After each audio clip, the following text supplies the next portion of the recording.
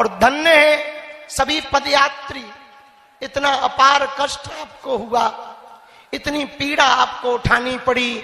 हम विशेषतया ब्रजवासी और पदयात्री जो तीनों प्रदेशों में मिले भी हैं, उन सबको हम हाथ जोड़कर क्षमा मांग रहे कि भैया आप बड़ी आशा अपेक्षा के साथ दिन दिन भर धूप में खड़े रह करके पदयात्रा का दर्शन करने आए थे।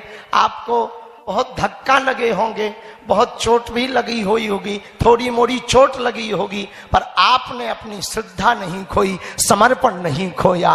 धन्य है आपकी श्रद्धा, धन्य है आपकी आस्था। हम बार बार आपको दंडवत कर रहे हैं। आज कुछ भी बोलने का मन नहीं हो रहा। मन ये कह रहा पदयात्रा तो हो गई, पर जिसके लिए पदयात्रा की क्या वो हो गया? कहीं ये पदयात्रा शोभा यात्रा तो नहीं बन गई? कहीं ये पदयात्रा केवल कलश यात्रा जैसी तो नहीं रह गई? जो इन संतों ने त्याग किया, पूज्य बद्रीनाथ वाले महाराज जी और हनुमानगढ़ी बाबा को तो सब जानते हैं, लेकिन वर्तमान में जिनके कारण सबसे ज्यादा हनुमानगढ़ी की याद आ रही तो वो है महंत पूज्य श्री राजूदास जी महाराज।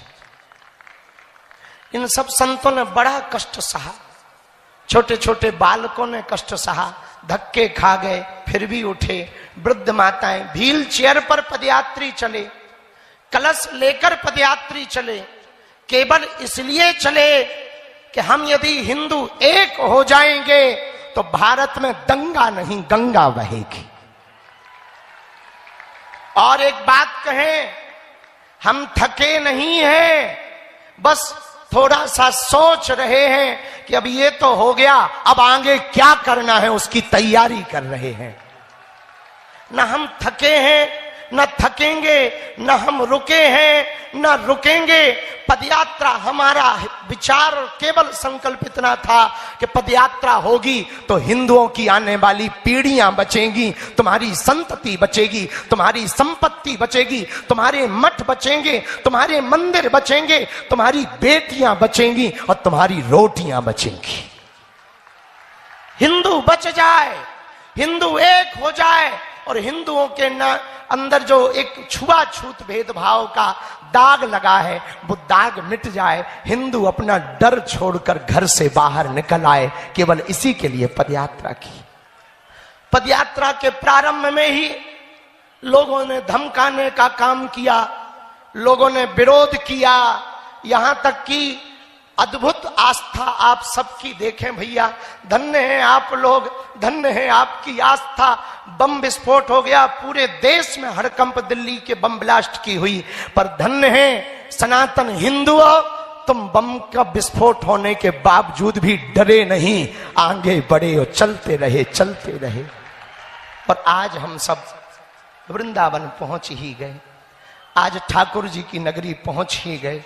आज हम सबकी ये यात्रा विराम हो रही है तन की, अब आगे पदयात्रा करेंगे मन की और विचारों की। जब घर जाएंगे तो केवल ताली बजाकर सेल्फी खींचकर नहीं जाएंगे, घर जाएंगे तो 5 प्रण लेकर जाएंगे। कितने प्रण? जरा जोर से बोलो, कितने प्रण लेकर जाओगे?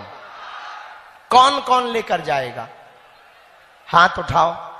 पक्का 5 प्रण लेकर के जाना है। पहला प्रण है जुड़ो और जोड़ो, जुड़ो और जुड़ो और, जरा जोर से बोलो, जुड़ो और। पूछो कैसे? आप तो सनातनी हैं ही हैं, आप तो हिंदुत्ववादी हैं ही हैं। अपने 5 परिवारों को भी कट्टर हिंदू कट्टर सनातनी बनाना है।